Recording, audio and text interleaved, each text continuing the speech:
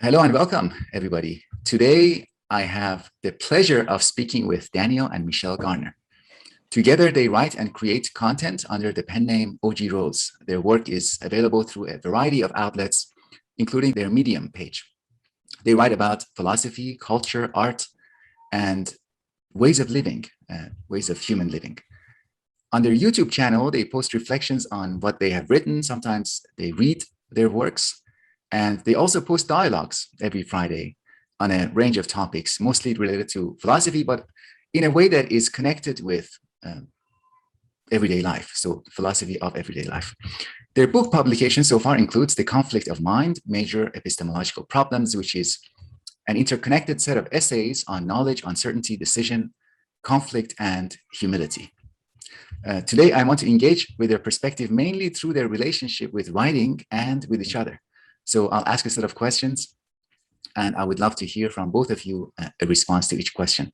And you can, of course, always say pass. So welcome, Daniel and Michelle. Thank you, Davood. We're thrilled to be here. It's very happy. Thank you. Thank you. How did you start writing? I want to hear about some of your early experiences with writing. Yeah. Oh, goodness. So I mean, it's interesting. I think as a child, I always enjoyed stories and things like that. I didn't really ever think so much about wanting to be a writer or anything like that. I really just enjoyed art a lot and dancing and expression, in general. And I can remember just, me and my twin sister, an identical twin sister. So we would just write these stories. And a lot of times I thought about writing along with pictures. So always drawing, always illustrating. So I think I always thought about writing in that way. And I do remember a distinct conference that my mom allowed. She took me and my twin sister to, and it was really fun. It was all about creating children's books. And so I think from that point on, I thought, wow, like that would be such a fun thing to do. That would be so wonderful. And I think I recognized really at that point that, there was such a power in words and in story. And my mother was always reading. I say I was just sort of like, why would you read when you can go and talk to people? I just thought, this is me as a child. I didn't really want to sit down and read because I was like, well, there's a whole world out there. I just want to go and explore it that way. But I think in time, watching my mother read all the time, read a wide range of topics, I always thought that was very fascinating. And I really esteem and adore my mother. So I always knew there was something really to that. I thought, and she was always very interesting and curious. So I thought maybe that has something to do with the fact that she's reading all the time. So I think that those were my kind of early, really childhood exposures to and thoughts about writing and reading and things like that. But honestly, it probably wasn't until post-college really that I started to actually really write for myself, But, I met Daniel and I saw what he was working on, and that was extremely intriguing. And so I think I really saw that, and I really, I believed in it and really wanted to be a part of it. Well, you go back, I guess, in second grade, I wrote a story about a dragon that could breathe ice, and people liked it. So, I think about that. So, I grew up walking in the woods. I had a photography business for a long time. I'd take these long walks, vanish for 8 hours or whatever, and take pictures of these distant mountains and different things. And you would kind of be thinking of stories. I started a science fiction fantasy series in the 5th grade called The Sword of Tribulation that I worked on all the way up to college. And it's about 7 books long, just on a kind of a sword that if good gets it, it turns into this thing that will save the world. And if evil gets it, it turns into the sword that will destroy the world, and you can create the world anew. And it's the world's been destroyed, though. And the only way to fix it is to get this sword. But then, of course, you can't recreate the world unless you're evil, but you have a good intention, right? So it creates this kind of dilemma, and it goes on and on and on. So with that, but, it was kind of funny because then I got to, college, and it never occurred to me that there was a hard division between science fiction and like fiction, literary fiction or whatever. And, I submitted this story because they were asking for publication, and basically was laughed at by all the editorial people. They literally basically made fun of it. It's like, yeah, this is garbage. It's science fiction. They didn't even read it. So then it was kind of like, oh, well, let me try fiction and let me get into that. So then started doing short stories. Reagan, the Drunkard. We did the first project that we worked on together was a short story collection. Yeah. That was book 1 of a trilogy called Usilio, which is based on The Painter and different things. So we started the short stories, and then we worked on that. She would write one or I would write one, and we'd send it back and forth and discuss it and edit over it. So that would be the first project that we worked on. But I got into that with fiction because the main thing we always did, you mentioned the conflict of mind with philosophy, but the main thing that we actually started on and worked on was in the fiction world, was doing a lot of fiction and things like that. Wow. I just want to highlight something that Michelle said, and she said when I met Daniel and saw what he was doing, I believed in it. It was like, wow, that was a very powerful sentiment. That we can have a whole conversation about that, maybe at some point in the future. So jumping from that early point to the present, so tell us a little bit about a project that you've recently completed. More recently, it could be a short piece or a collection, whatever. Well, you mentioned the conflict of mind. That's book one of the trilogy. The True Isn't the Rational. The second book is called Reconstructing A as A, and the third is called The Map is Indestructible. And all those are done, and they were actually all held together in a single book called The True Isn't the Rational. But then, for some crazy reason, it was really, 1,200 pages is not something that anyone wants to read or anything. So then we broke it up and sort of filled in the holes or different things. So Reconstructing A as A is completed. We've also completed a collection of plays, The One Who Did Nothing, a poetry collection, The Second Person, and The Philosophy of Glimpses that we will put out. We also have a short story collection called Under the Wing, 2 novels, To Turn the World in Blackout. A lot of the fiction stuff we're sending to agencies, and they're sending to magazine. We've had a lot of luck with the poems. So a lot of the fiction stuff we can't put online, because once you do that, you're not allowed to submit it anymore. But we've decided to just go on ahead and do that with the plays, because there's so few avenues for plays. And we also decided to just go ahead and start doing the philosophy stuff, self-publishing ourselves, because there's also very few avenues for that. And also too, we've just been working on stuff for 20 or so years and, not really putting it out or doing anything with it. And it was a way to kind of get out there. Because the funny thing is, with a lot of the publishing houses, they want you to have a platform before they publish you, but then you're not allowed to put anything online to get a platform. It's this very strange dilemma that they don't really explain how you're supposed to do that. So those are different things. Yeah, and in the most recent work that's really completed. The thing is, it's interesting because we're always working at things and reworking things. So it's sometimes it's an interesting question, because it's like, well, there's probably always more that we might potentially add on or edit or redo, especially in terms of the fiction. There's always editing more to be done. Writing is rewriting. Yes, writing is rewriting. So, but yes, the conflict of mind is probably the most completed and bound that somebody can go and purchase. Right. To Turn the World was finished in 2016, but then you send it to editors, they really like it, but you need to, we're looking for more of a postmodern realism style or different things. So then you read Butler, and then you have to redo the whole book in the new style and do all these different things where it's completed, but then you have to revamp it. But then you're like, well, you're focusing on the philosophy, because as you have the thoughts to finish Reconstructing it, so you want to close that loop, then you want to do that. So it's this interesting sort of dance and pivot and moving between different things. Yeah. As your audience, I would love to see more self-publication, because if somebody's following your work specifically, then it will be easier to, search to see what is new.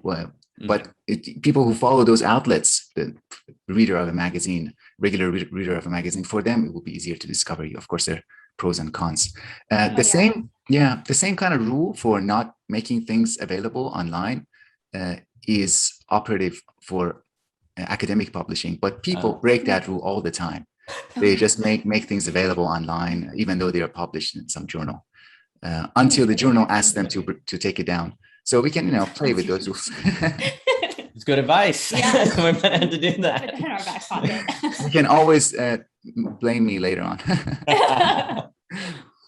So next question, I want to ask you about the effect of writing. So in your view, what does writing do? And what I mean is, how is the world different for the author before and after a writing project is completed?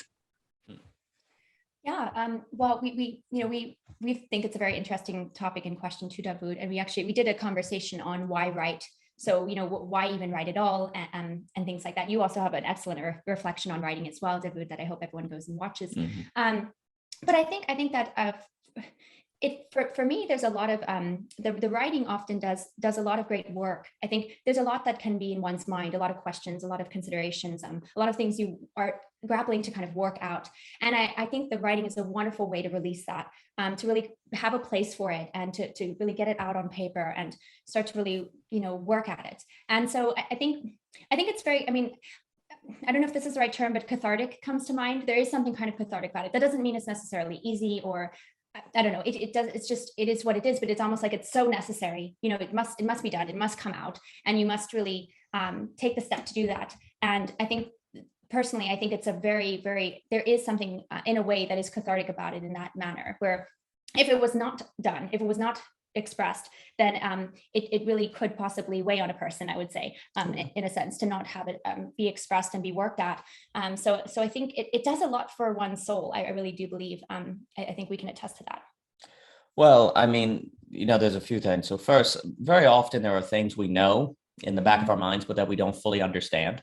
And if you have things but don't understand, then they're kind of like weights, because they're there. You have a sense of it, you have an intuition, but if you can't put it into words or at least try, then it's not something that you can ever have a full grasp on. And so maybe there's like a knowledge or wisdom there, but it becomes difficult to implement it or to live it out because it's just in the back of your mind. And then when you're in those key, like if we're talking philosophy, then when you're, or, personal relationship, when you're in those key moments where you need that wisdom to implement it, since you never took the time to articulate it into something you understood, you can't summon it forth, you can't bring it forth, and then you end up making the same mistakes, repeating in different things. If you have the image of, say, a girl who looks up, the premise of To Turn the World is one day people go outside and they look in the sky and there's like thousands of people floating in the air. They're just floating there, and everyone freaks out and they think the world's going to end, and they run back inside, but 2 weeks go by and nothing happens. So then everyone's like, okay, I guess these floaters, as they come to be called, are just there. So how do we live our lives? So they're trying to live their lives as if these people are not floating there.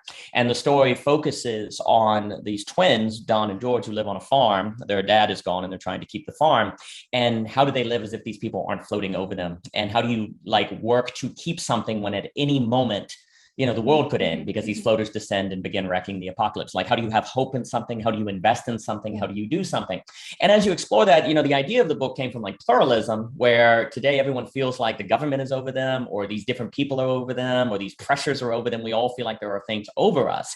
And by really kind of focusing on Dawn and how she learns to live with this tension, to live in this sort of environment that's kind of alien, where nothing is given anymore, but yet still invest in something, that helps you yourself with any existential tension that you're dealing with, learn to explore that feeling and to live with that feeling, and how not to overreact. Because you see, if we go to a lot of the sociologists like Hunter or Berger or Philip Reef or so on and so forth, one of the challenges under pluralism or the internet, when you're constantly bombarded by all the stuff that's happening in the world, is to have a mental breakdown, or to turn to fascism to make it straight, or to existentially break, or so on and so forth. So how do we not give into that temptation, right? How do we not do that? But and there's something about exploring that problem in terms of a character in a story that is more powerful than just premises, just kind of premises. Because when you just have don't get me wrong, but, we wrote Belonging Again, which is another book, which is done and needs to be edited. Belonging Again and Turn the World were written at the same time. And in many respects, Belonging Again is, Turn the World is the story version of Belonging Again. But there's something about doing the story version that you have the emotions and the characters and the wrestling that makes it yes, that's what it's actually like. And it's almost a better, they talk about the map isn't the territory, right? But we need a map to navigate the territory. There's actually something about the map that a story can give you that feels more true to the territory and more useful to the territory, precisely because it cannot be reduced to just its meaning. It's not just a philosophical treatise in disguise of a story. It actually is a story and it has to follow the rules of good fiction. But there's something about that contributes to a better guide, for knowing how to live. Yeah, I'll just say one thing really quick. I mean, it's very interesting in this kind of collaborative work we do, because I remember very distinctly, when Daniel was working on when To Turn the World was being midwifed essentially into its existence. It was a very particular time for me. Just there's things that sometimes are happening in your own world, in your own head and heart, personally. And in working on To Turn the World with Daniel, it was I felt very alone in the things I was experiencing, but the character of Dawn was, I was just, it was in seeing her struggle, it was very much I didn't feel so alone.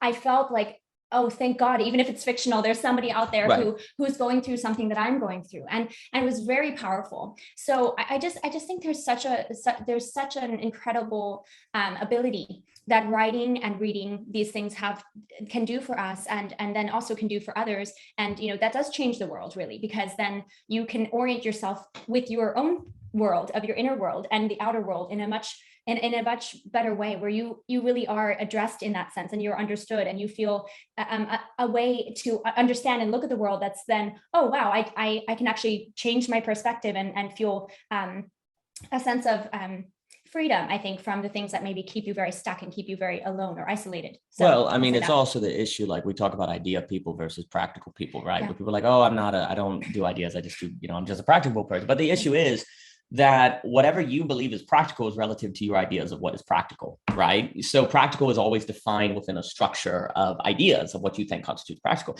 And the issue is when you write, writing allows you to kind of explore. I think we kind of like to tell ourselves that we can verbally process really complicated and long ideas, but literally you could not verbally process a novel.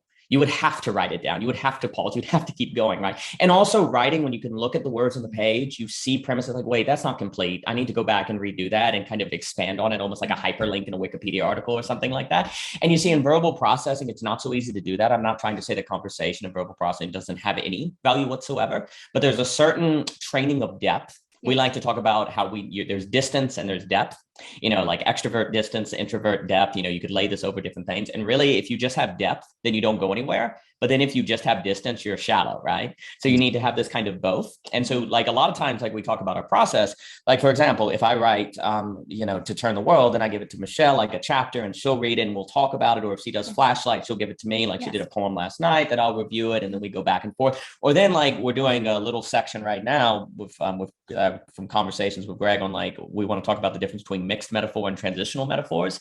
So I wrote a little something and gave it to Michelle. Michelle's like, it's not really clear at all what the difference between transitional metaphor and like, transitional and multiple metaphors are. So then we sat down and we talked about it. It's like, oh, that's a good point, Michelle. And then I'll go back up and write it. Or she read the Hunter's Moon and I read it's like, well, there's a lot of images. So it's also too, a lot of people ask like, how do we write together and do sort of the process? So, we talk about like the main, what's like the main writer and the secondary, or like pilot, co-pilot, different. So like with Flashlight, because it's really difficult if you literally are both sitting at the computer at the same time to be going, you couldn't get into the flow state. But then at the same time, it also it doesn't quite capture it when you talk about like writer and editor.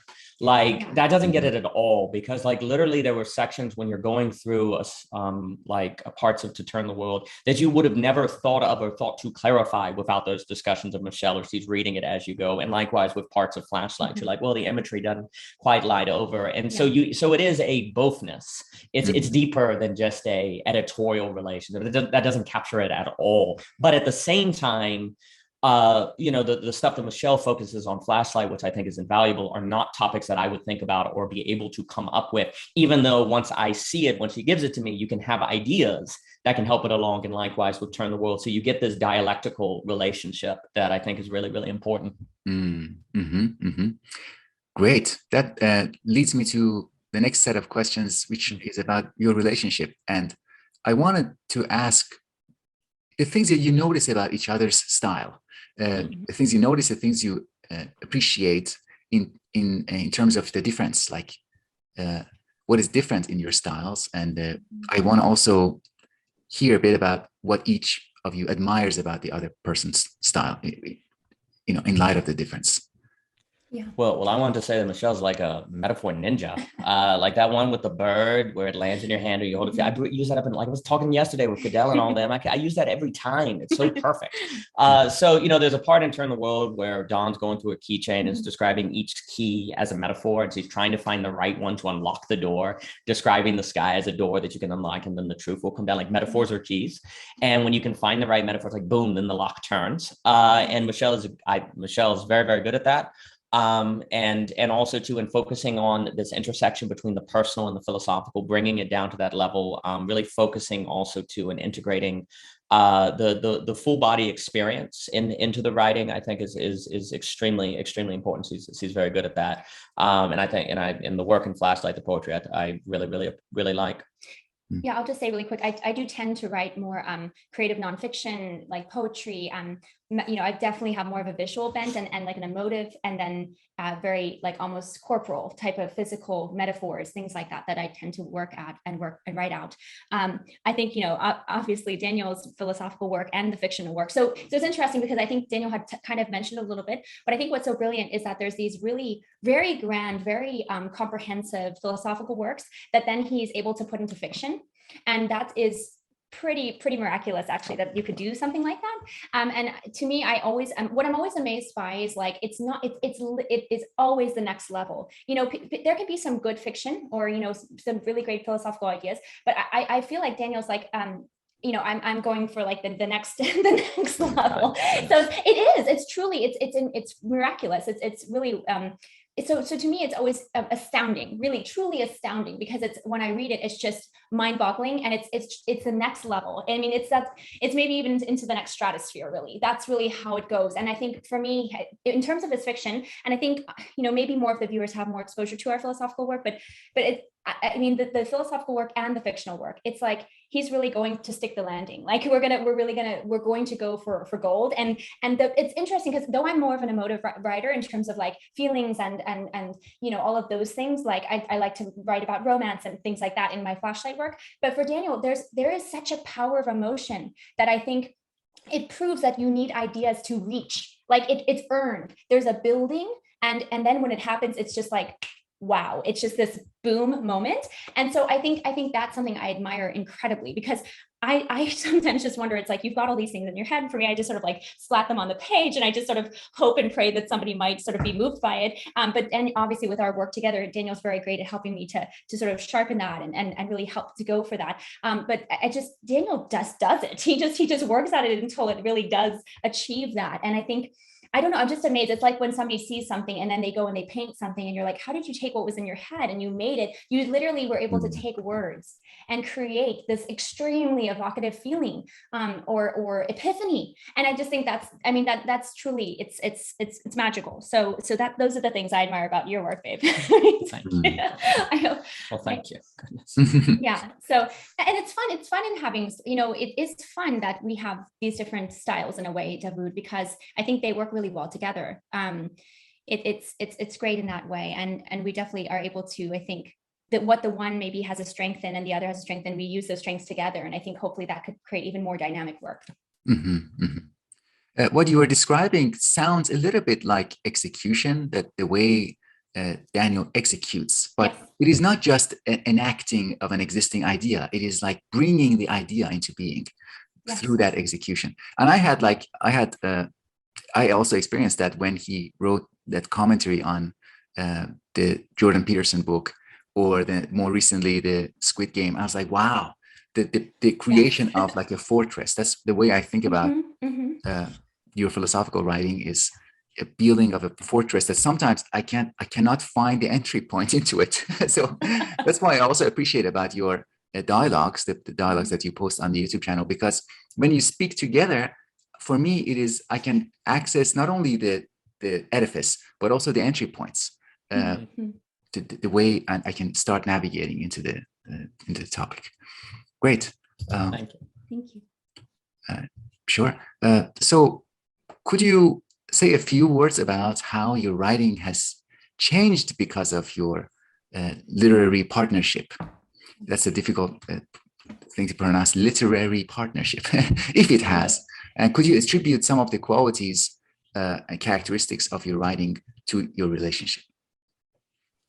Well, also, I mean, I would say that, you know, a tendency, I used to have more of a tendency into the kind of the abstraction, to the vague, kind of almost the general. It wasn't the characters, the settings weren't as concrete in particular. I think sometimes as a writer, when you start off, there can be this thought that you don't want to have a particular setting because you want it to have a general kind of wider reach. And there's this idea that if you get into the concrete, you're going to be cutting yourself off. I probably had more in the direction of something like a Finnegan's Wake or an Infinite Jet, like these kind of bigger abstract works, which I'm not saying they're bad, but I think, like, I've always thought that James Joyce's best work was The Dead, his short story, The Dead.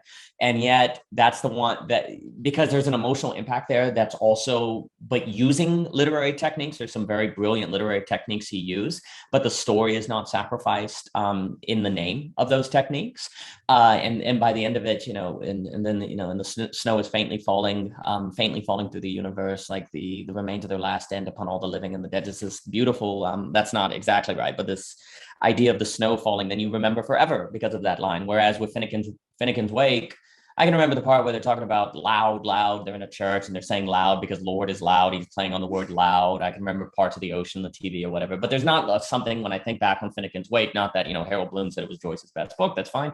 But there's not something where I think back on it as like this great, like knocked me off my feet emotional impact thing. I do think the end of Ulysses is a little better with Bloom, and you see, Dream, yes, the female was Joyce, and there's the parts with the sirens and so on. But I think Michelle really helped make it clear that it's important to bring together the imagery, to make it not abstract, to make it more concrete, and to bring it down and to bring it to the level. Because it's kind of funny, Flannery O'Connor has this essay which he talks about, and Faulkner was good on this as well, on this idea that actually the universal is found in the concrete, that the more concrete you make a setting, the more particular you make a person, that's when you actually get the widest reach. It's kind of the opposite of what you think.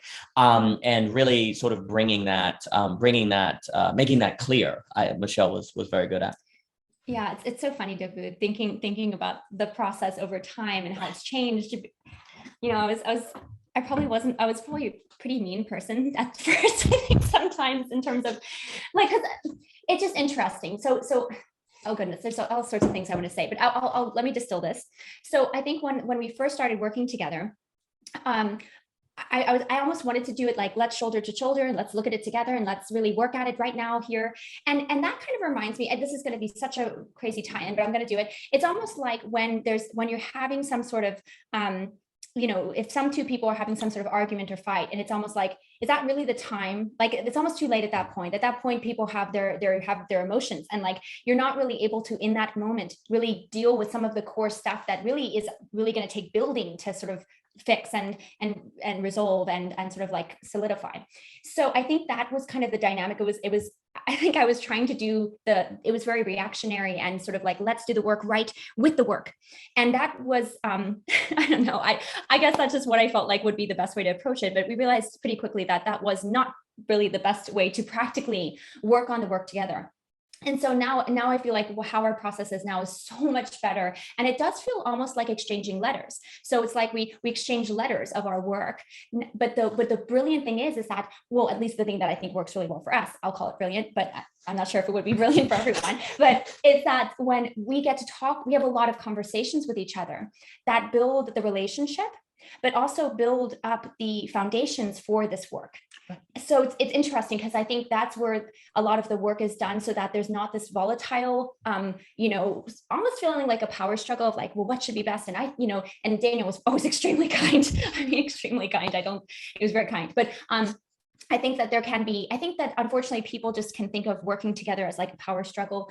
Whereas I think we must diffuse that, we must let that go. And we have to just be very open. Be very open, always assume the best. And 3, say, this, this does maybe need some clarification, but what can I acknowledge in this that is already beautiful and already so good? And then say, okay, let me acknowledge that. And then let me give my offering of what possibly could be different, or what clarification could be added. But that's where the letter writing happens in the specifics.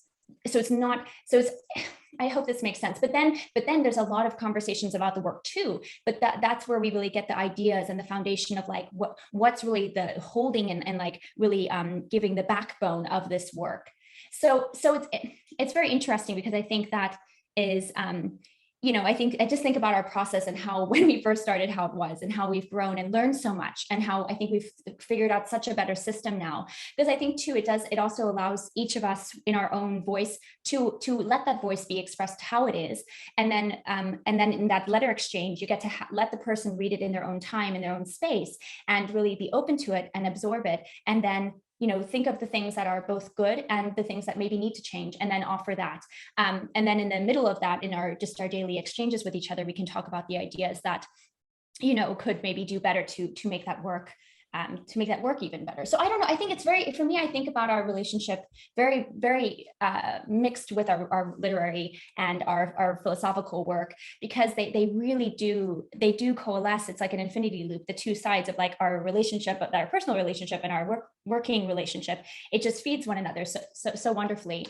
And I would definitely say that, I would recommend, if somebody is going to have a long-term partnership with somebody, to have some sort of work that they do together that that really inspires them and always provokes more questions and leads to more curiosity and to more creativity, because it really will feed into the personal day in, day out relationship as well. Mm-hmm. Well, I was just going to add, I mean, it makes me think of the talks, we've had with Javier and Cadell and different things, how in a relationship, you're kind of trained to think of relationships. The name of the game is to erase difference, to kind of become the same person, not to have any like aloneness, any kind of separation, which ironically, actually, then in the name of having the perfect relationship kind of collapses it. That's what a lot of them sort of talk about. But really, when you get like, if you have an infinity set, what's so interesting is you actually get a stronger relationship because there's an acknowledgement of, oh, you work on this like by yourself, flashlight, then you bring it, then you bring it back, but then you have this middle space where it crosses and it kind of works. And then the two people, I think that really that kind of structure is really good for the relationship, because you're being your own person, but you're also, there's a sublimation, as Dr. Laz talks about. And that it's kind of funny because I think that gets into like relationship structures in general and how different people think about relationship struggles. And it's interesting how art, we think about it a lot, how art and relationships kind of go together and structurally can have some different overlay. Yeah. And I'll say one more thing really quick. I mean, I think that Daniel's, what he's done for my work is to help me to be more, it's funny because you said a similar thing, actually, interestingly enough, but to be more clear, because I think in some of my poetic work and creative nonfiction, it's sort of like, it's in my head, it makes sense. And so I leave it sort of vague, and it's like, no, but the person wasn't there. They don't know that this happened, or they don't have the bearings of what you're seeing in your mind. So interestingly enough, I feel like that's also something you've helped me to do too, is to be more explicit and clear, and not be so concerned that you're going to like lose all of the mystery, if you will. Yeah. You can still contain the mystery in having specifics, basically.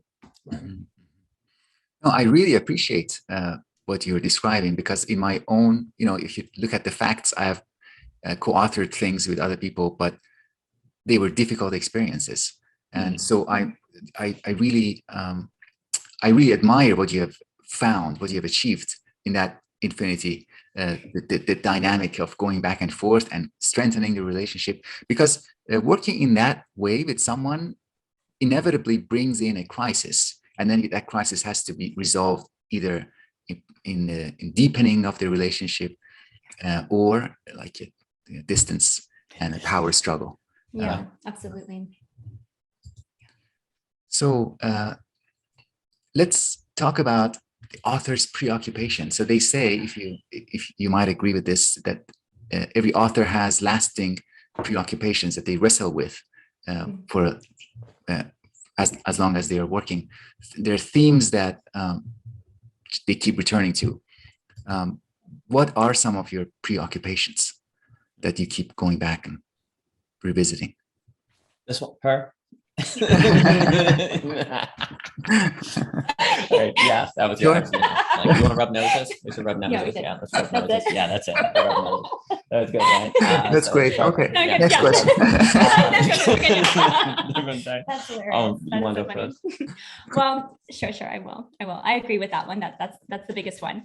But I think that for me, I definitely I always kind of come back to probably three things stick out to me, which would be like, one, like, what does the body teach us? So like, if you look at your own body and the way that our organs and our bodies work, like what metaphorical and philosophical things can we learn from our bodies?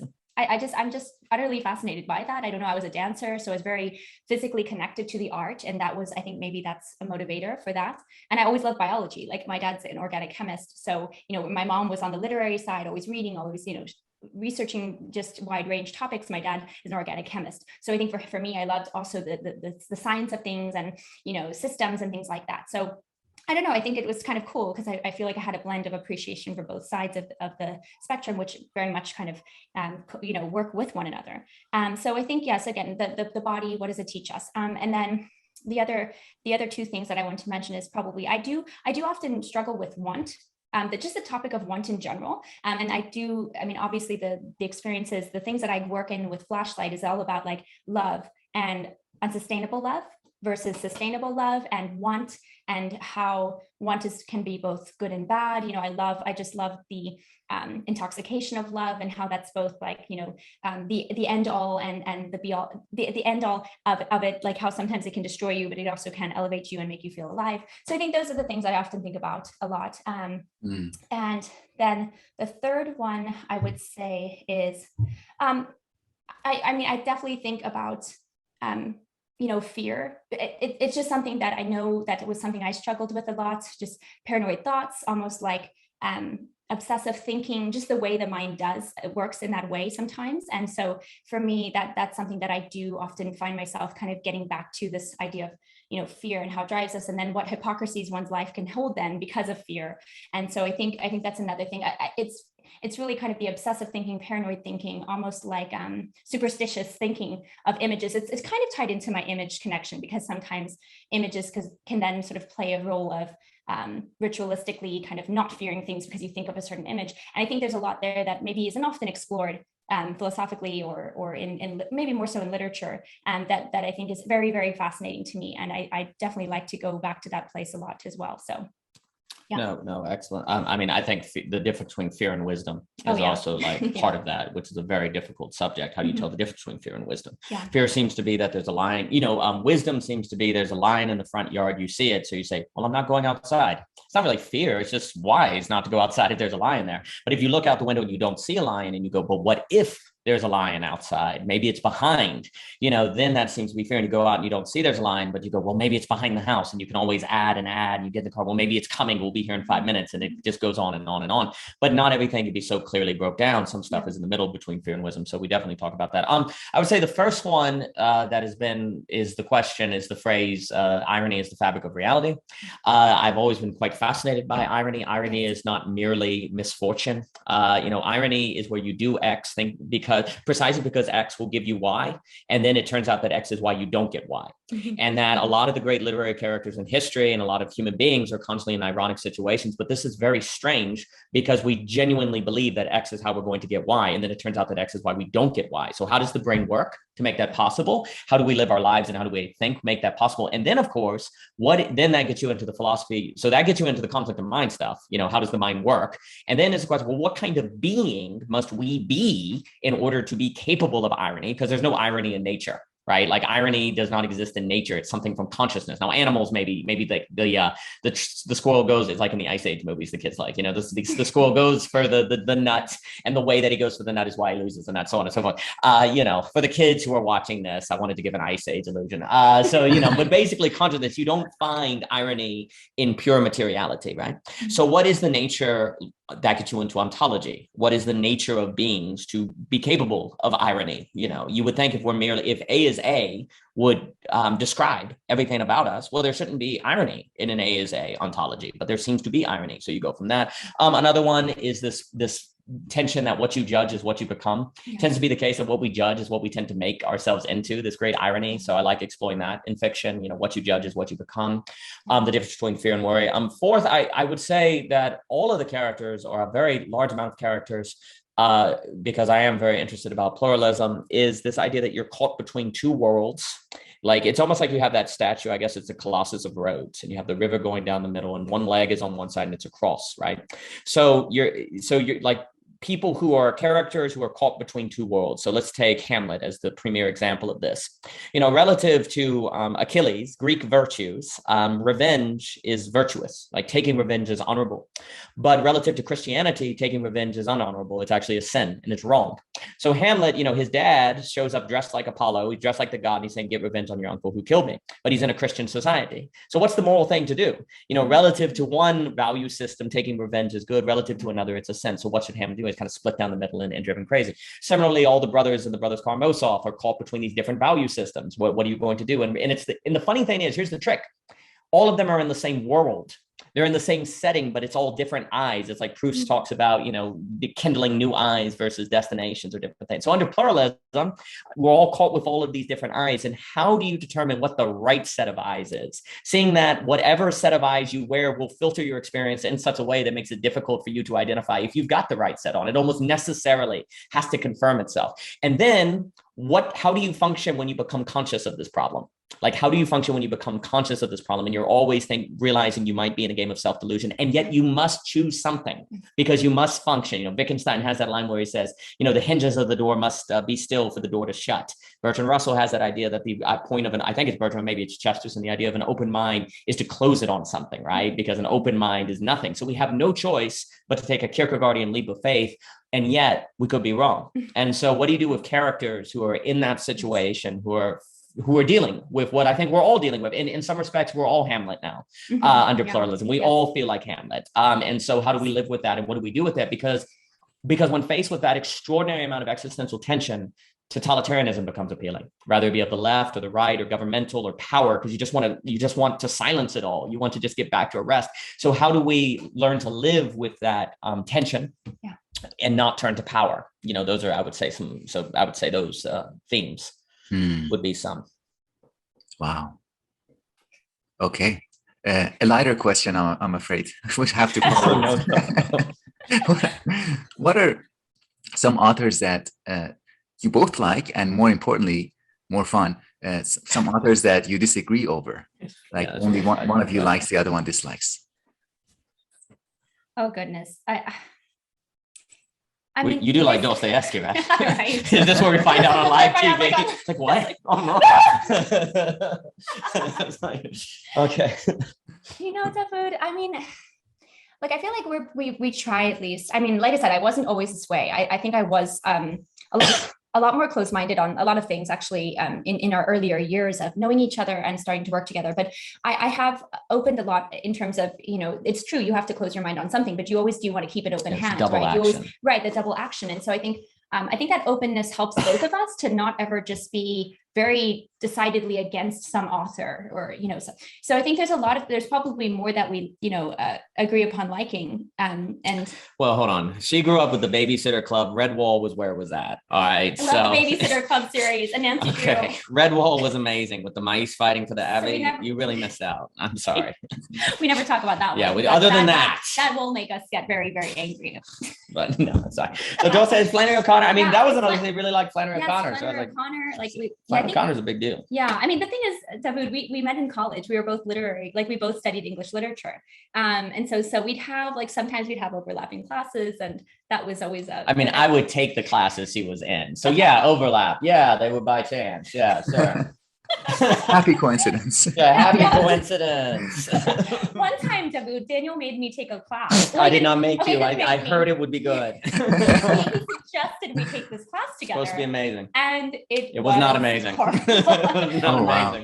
It was horrible, but it was really funny. We at least have a lot of really funny, terrifying stories, about how mortified we were in this class. Yeah, I mean, I think about going from the 9th circle to the 8th is funny. We'd have to take this elevator down, descending into the depths of this library where this class. And when you heard the screaming, that should have been the tip off. We need to switch classes. But we just thought it was part of the atmosphere. We was like, why does it say abandon all hope? That's strange. Is this Boondock Saints? What is that referencing? But no, we took those classes. Well, I think both of us were always interested in literature that was not just a story. What I mean by there were real ontological stakes almost, like in Dostoevsky, what is the 20th century going to look at? Is it going to be a return to Orthodox religion? Is it going to be a return to intellectualism? Is it going to be, there's real stakes on the kind of world we are going to make. What is it? And we're not sure which world to make. That's a lot of what describes the Southern writers too, like a Percy or a Faulkner or Henry. Now that you've lost the Civil War and all your idols have been smashed, what sort of society should you make? Because, we tried and thought we had a good society. It turned out we were participating in a banality of evil, a Hannah Arendt sort of thing. So what world should we make? How can we trust ourselves to make a new world and not just fall into these mistakes? Or Flannery O'Connor's this idea that if you really look closely at the world itself, that's where you find the sacramental. That's where you find pointing to the divine or something, and how God operates as a bull that, pierces through you. In one of her stories that I won't give the title in case I'm going to ruin the ending or something. So this kind of operations of how grace is violence, these kind of high stake, very fascinating, paradoxical quandaries that unveil deeper ideas, I think was the kind of literature we both liked. Yeah. Which was all over Redwall. Okay. All over Redwall with those mice and their swords in the 5th grade and everything. It was just really fun. Yeah. I mean, I don't know. I feel like you'd find more of our differences outside of the literary world. Like I left brunch.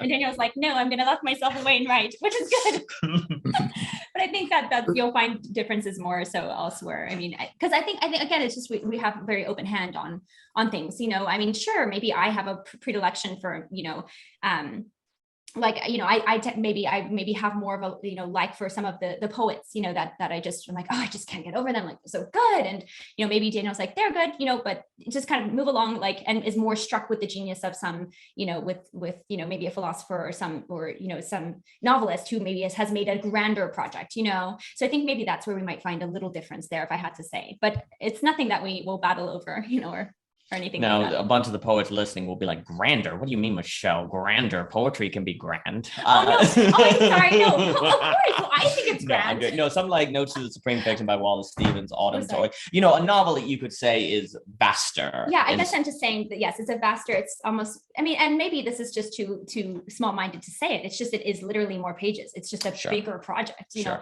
Though the project of poetry can be in the power of the little, right? It's once, it's a poem this big, and yet it changes your whole world, your whole life. So it is very grand as well. Well, it's just dynamite. It's like dynamite comes in small packages. That's what my mom would always say. I mean, the most famous quotes that the average person knows from literature tends to be from poetry. Yeah. I mean, everyone knows The Road Less Taken, from Frost away, but it tends to be Emily Dickinson, different things, or proverbs. You could argue different proverbs out of religious texts, or verses tend to be more poetic. So there's something about poetry that tends to be the right wording at the right time to meet people right where they're at. Whereas with novels, I mean, I think the great novels are trying to explore these really gigantuous problems, if they're going into these bigger things, which, don't get me, that's, but arguably without the poetry, you don't get to the bigger problems don't matter, right. Because you don't have those steps along the way. And then the bigger, a lot of times the greatest novels, their best parts are very poetic in nature. Yes, exactly. Right. So I think they go together in different things. Oh, absolutely.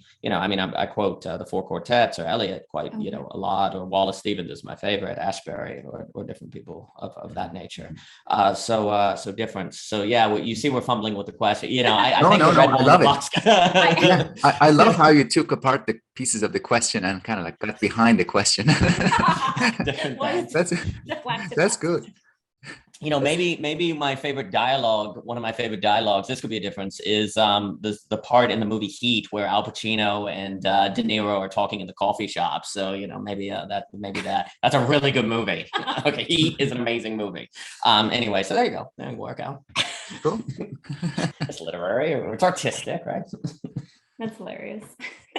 We'll try that. So I want to kind of combine two questions into one and ask you for advice for younger writers, people who aspire towards a writing career, or just a kind of comfortable relationship with writing, a more comfortable relationship, especially in light of the fact that you're busy, you have so many other responsibilities taking care of, 3 children, a household, other tasks. So advice also maybe with some attention to balance with other responsibilities. Yeah. Davood, sometimes I think about it. There is so much to do all the time, but it's good. It's very good. It's a blessing. There's, it's responsibility, right? Responsibility is both hard, but it's also a privilege to have that responsibility and be given it. So, you have to kind of work to be worthy of that in a way. And it does take a lot of work, but it's so good too, because, you're building something. And I think to myself, if I think about it, sometimes it's easy to be like, now I'm just so busy. I have all these things I have to do. And so like, I'm never going to get to write this X, Y, or Z, or this little thing, as a mother, there's just so many things you're constantly tending to the little ones and their needs and this and that and the other and schooling and et cetera. So and then the house, the windows and cleaning these things. But I think that sometimes finding the creativity in those daily tasks is really important, just to really see that. And it has to do a little bit with Javier Rivera has an essay called Invisible Work, which I think is so good. And I really hope everyone goes and reads it. But it really reminds you that even in the work that you're doing that isn't explicitly putting your, pen to paper or whatever, typing it things out, you're still writing something, you're still working on something, you're still garnering different images and things that the kids say, or things that you experience, or experiences that are going to go into your works in some way or another. Or you can take, even just as a mother, I think I just jot down a lot of notes. I really just jot down some notes, and I'll get to, and when you get a chance to really have, when the children go to bed, or when there's a time to just focus on that, then work on it then. But don't worry that you're not getting to work on it until then. Don't do that, because then you'll be too preoccupied and you won't be present. And you must be present with the children. I mean, they grow so quickly. These things pass so quickly. So you want to really enjoy them to the fullest.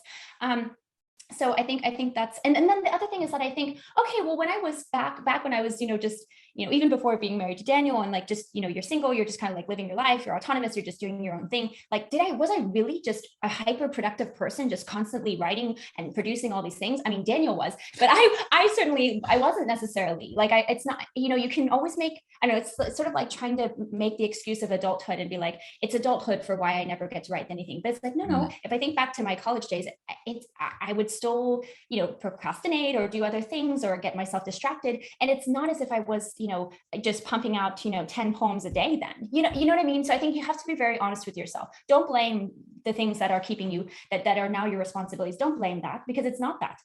It's really about what you finding the time and having the grace for when you don't have the time, and just understanding and just being, I think, really being okay with the fact that it will come, there'll be a time. And and you do have to also carve it out in ways the best you can as well.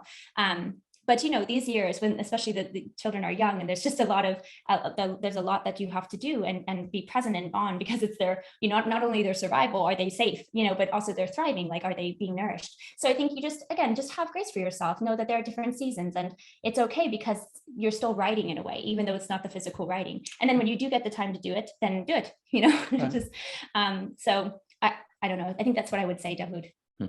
That's Thank amazing. you, Michelle. Thank you. Well, one of the things that's I think to start, one, realize that it's more important to do a little bit every single day than it is to do a lot. Because really, if we're talking to young writers, there's this big debate on, is it inspiration or is it craft, right? And different things. And, to speak very generally, if you don't have the craft, then when inspiration shows up, you won't be able to catch it. And also too, when you do something regular, inspiration tends to show up more often. It's like it becomes something, it just happens to show up every morning at 7 a.m., right? In different things. I also think generally focusing on morning tends to be good, because your brain, when you just wake up for whatever reason, it seems to be more associational. It seems to move around. Morning seems to be quite important. Second, on the question of responsibility, if you're not forced to go, say, weed eat the fence line, then you don't have the experiences to write about. It's very, very important to not think of life as keeping you from writing, because writing is about life. And also too, if you're never in the situations where you have to figure out how to weed eat childcare and get to your art or whatever, then you don't have experiences of pressure or the trade-offs of life, the difficulties of life to make compelling characters. Also too, if you never go and work on the fence line, then you don't ever have an opportunity to look really close at a fence post and to really look at it. So then when you get to your desk, when you're trying to describe the fence post that Don is walking along down to the barn, well, then guess what you're going to do in your book? If you never really look at a fence post, you're going to say Don walked along the fence. Okay, that's a fine sentence, but a good sentence would be Dawn traced her finger along the rusted barbed wire, skipping over each of the bulbs as he got to the wood that had a little bit of splinter toward the top where the rain had started to wash away the paint. Right. And then you keep going and so on and so forth. So, one of the things that's really difficult is people sit down at the desk and say, what do I write about? What do I write about? Well, that can actually be the curse of if you don't have life pulling you away to sort of put you into different places. I will also say, I think it's Einstein who said something like the eighth wonder of the world is compound interest. It is amazing that if you can every day write for 20 minutes or 10 days and you do that every single day, well, then you stop. One of the first things you do is you stop spending the first 10 minutes thinking about what you're going to do. Like once you get into a habit of that, then boom, the whole 20 minutes becomes very productive and you can make it happen. Then you get into a habit of doing it. And then also too, when you're doing, like generally speaking, it seems to be that in the afternoon, you should switch to manual work if you can, because your creative brain sort of moves out of that. Well, then if you're thinking about the manual work as sort of charging for the creative work, because it's actually not really like you have an open space of 4 hours to write. Generally speaking, after like an hour, if you get that far, your brain dies. So like having an open 4 hours is actually not as valuable as having, at least for me, as having like 4 hours split, like broken up by blue collar work or like, different things. And then actually what's funny is as you think about the blue collar work as daydreaming, and you actually have to daydream to be creative. So these are the periods for the day. I can't tell you how many times you're out cutting the grass or you're moving the boxes at the wholesale or the wedding venue where you go, oh, right, that's what I should do. Like, boom, it sort of hits you out of the blue. And so I think the first thing I say when you talk about responsibility is to realize that the responsibilities actually can feed into the creative process if you design your system correctly, where it's not an either or, that they can go together, and that you just have to figure out how to design it as such to make that occur. Also, I would say to the young writer, the name of the game is the goal is to not necessarily write a lot. The name of the game is to do something of value, right? So if you're thinking about that, like the name of the game is value. Now, maybe you create a lot of value. And actually, the longer you focus on value, like you should always, any paragraph that you can reduce down to 2 sentences, you should reduce down to 2 sentences, right? You should always be looking to distill, but not at the expense to where it becomes too distilled, that it's too weighty and it can't unpack. So you have to find that, I guess, Graham Harman talks about in ontology, undermining, overmining, undermining. He wants to find that middle. So you need to find that middle of distilling, but not to the point where it's overly distilled and you can't get it. But like always be thinking about distilling and always be thinking about quality as opposed to quantity. And then when you think about quality, we say, well, my goal is to write a short story. Okay, let's say you only have 20 minutes. All right, 20 minutes a day. Well, 20 minutes times 7 is going to be, 140 minutes. And then you think about an entire month times 4. Well, now you start to talk about 1,000 minutes. You start to get to 1,000 to, lots of time. And you say, well, I'm going to write a short story in a month or something. Well, that's very doable. But if you tell yourself, oh, I'm going to do a short story in a week, you're set. This is the other. Make sure your metrics are ones that you can meet. And literally think in baby steps, like, I even talk about like fetus steps, like incredibly small steps that are so small that you almost laugh at yourself. You're like, of course I can write 3 sentences. That's easy. All right, well then do it, and do it every day.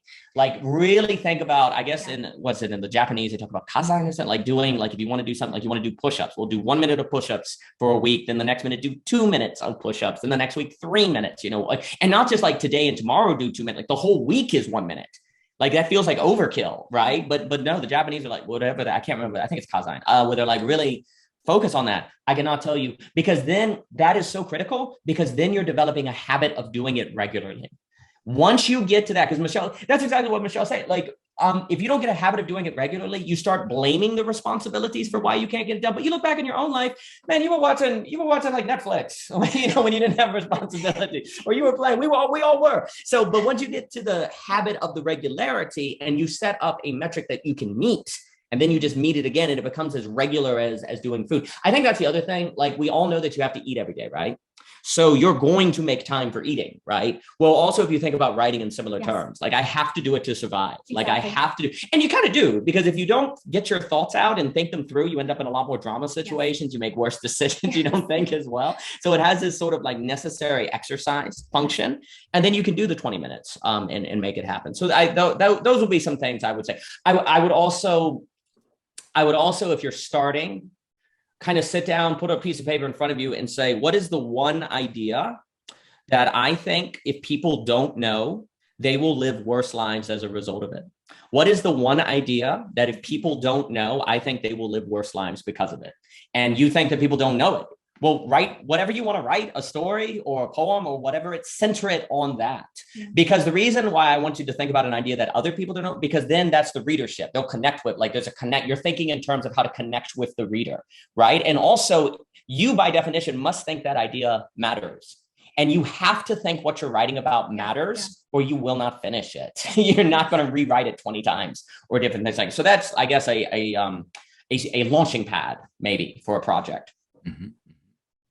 Great. Unfortunately, I have to run. Oh, yes, oh goodness. Yeah. No. But thank you so much. Thank you so much. I look forward to future dialogues, to continuing this, and I look forward to reading more of your work. Again, thanks, and enjoy your weekend. both Thank you, you, Davood. Michelle, Daniel, and the viewers. Thank you. Yeah. And yeah, that's it. Thank you, Davood. Thank Thank you, you, Davood. Davood. Appreciate it. Have Thank a you good so much. weekend. Best to you, Best Davood. to you.